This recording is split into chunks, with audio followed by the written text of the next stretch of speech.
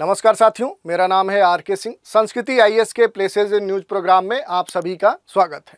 आज हम अपने इस एपिसोड में जिस प्लेस की चर्चा करने वाले हैं वो बड़ा ही महत्वपूर्ण प्लेस है। प्लेस क्या है?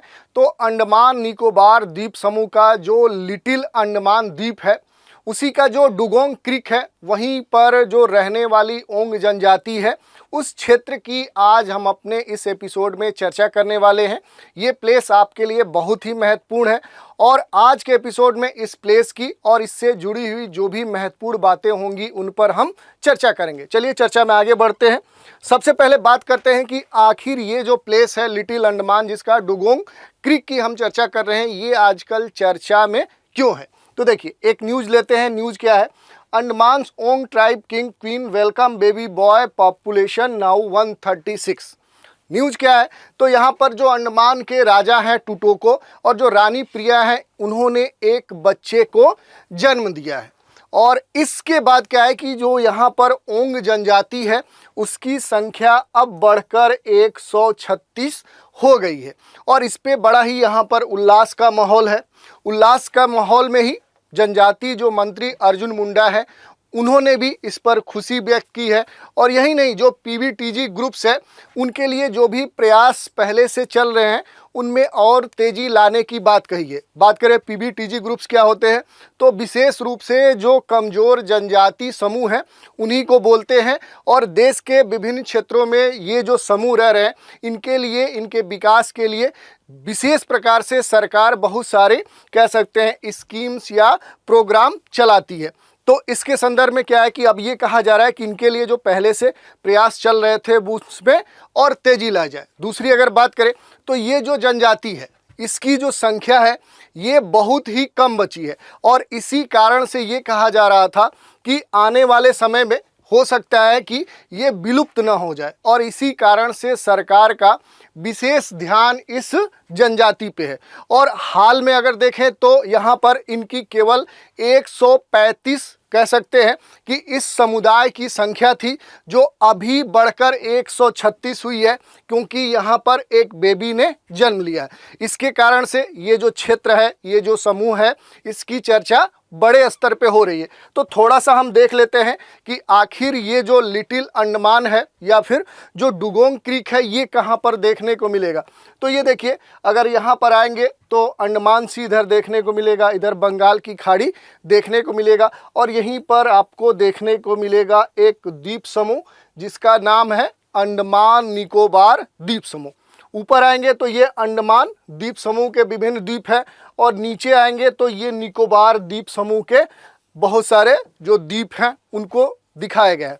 अब देखिए, यहाँ पर जो अंडमान द्वीप समूह है इसी का ये एक द्वीप है जिसको हम बोलते हैं लिटिल अंडमान द्वीप। ये जो द्वीप है ये एक खास पैसेज से अलग किया जाता है, या कह सकते हैं कि इधर जो अंडमान निकोबार द्वीप के जो द्वीप हैं उनसे डंकन पैसेज से ये लिटिल अंडमान अलग होता है।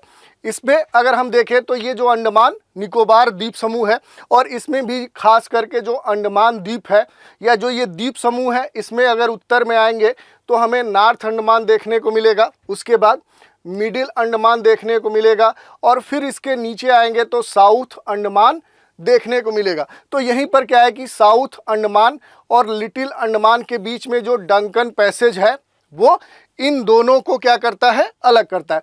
यहीं पर जो ये लिटिल अंडमान है, यहीं पर अगर इसके उत्तर पूरब में आएंगे तो इस द्वीप पर ही क्या है कि हमें डुगोंग क्रीक देखने को मिलेगा। यहीं पर क्या है, जो डुगोंग क्रीक है वो हमें देखने को मिलेगा और यहीं पर मूल रूप से जो ओंग समुदाय है वो वास करती है, ये उनका मूल क्षेत्र है। अब थोड़ा सा क्या है कि ये जो जनजाति है इसके बारे में देख लेते हैं। अगर बात करें इस जनजाति की तो ये भारत की आदिम जनजातियों में से एक जनजाति है और इसका जो संबंध है वो जो निग्रिटो मूल की ट्राइब्स है उससे, उसका ये कह सकते हैं कि एक स्वदेशी समुदाय है। दूसरी अगर बात करें तो ये पूरा जो अंडमान द्वीप समूह है उसका जो लिटिल कह सकते हैं अंडमान है, वहाँ पर ये मूल रूप से निवास करती है। दूसरी अगर बात करें तो ये पूरी तरह से क्या है कि एक खाना बदोश जनजाति है, यानी ये अलग अलग स्थानों पर जाते हैं और वहाँ अपने खाद्य पदार्थ या कह सकते हैं कि समुद्र में या फिर जंगल में शिकार करके उसका संग्रह करते हैं और उसी के द्वारा अपनी जीविका चलाते हैं। दूसरी इनकी खासियत की बात करें तो इनके जो दांत के कलर हैं उनकी ये एक खास व्याख्या करते हैं। व्याख्या क्या है कि इनके अनुसार जो सफ़ेद दांत होते हैं वो क्या है कि वो मौत के प्रतीक है।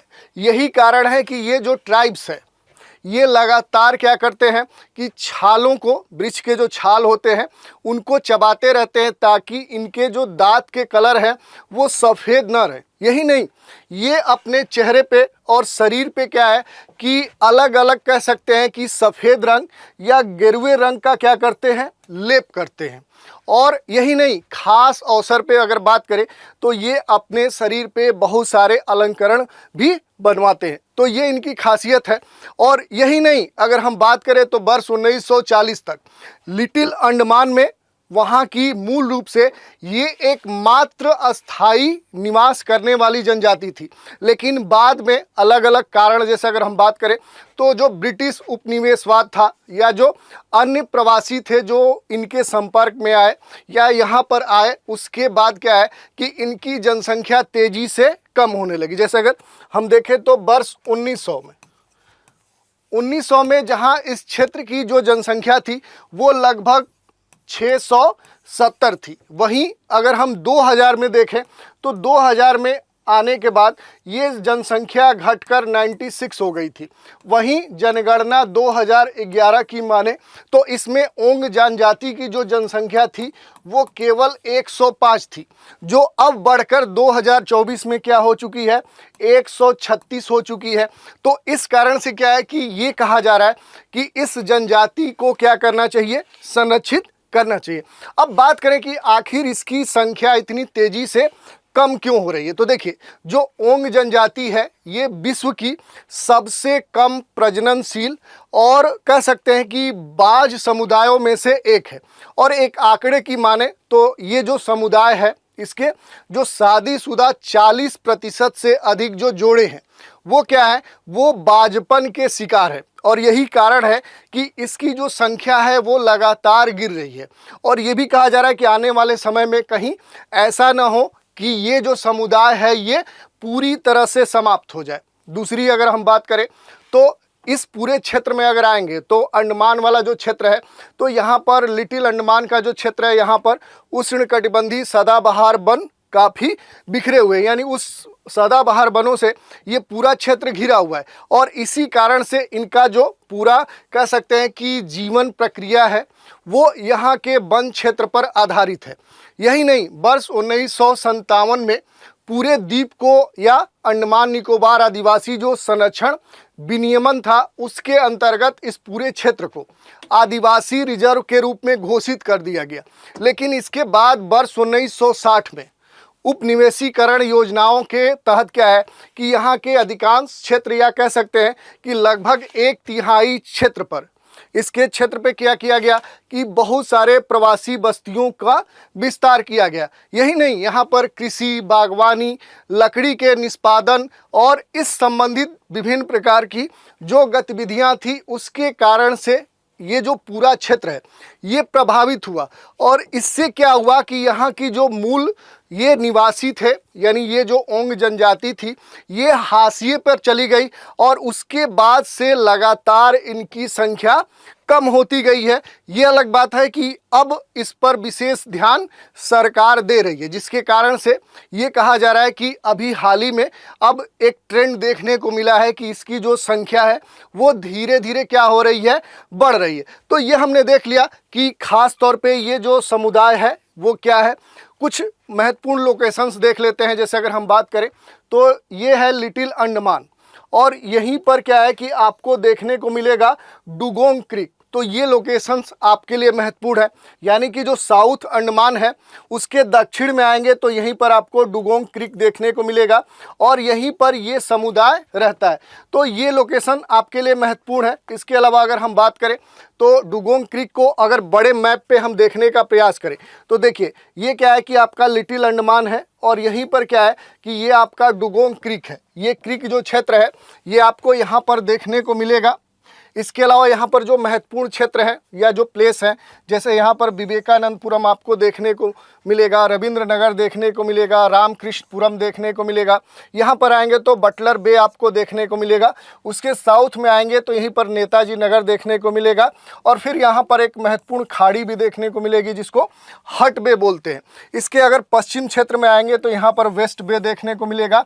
और यहीं पर अगर इसके उत्तर पश्चिम में आएंगे तो यहाँ पर क्या है कि जैक्सन क्रीक भी आपको देखने को मिलेगा। और अंडमान के सबसे उत्तर में आएंगे तो यहाँ पर बूमिला जो क्रीक है वो भी आपको देखने को मिलेगा। तो ये यहाँ के कुछ महत्वपूर्ण लोकेशंस थे जिनकी हमने चर्चा की।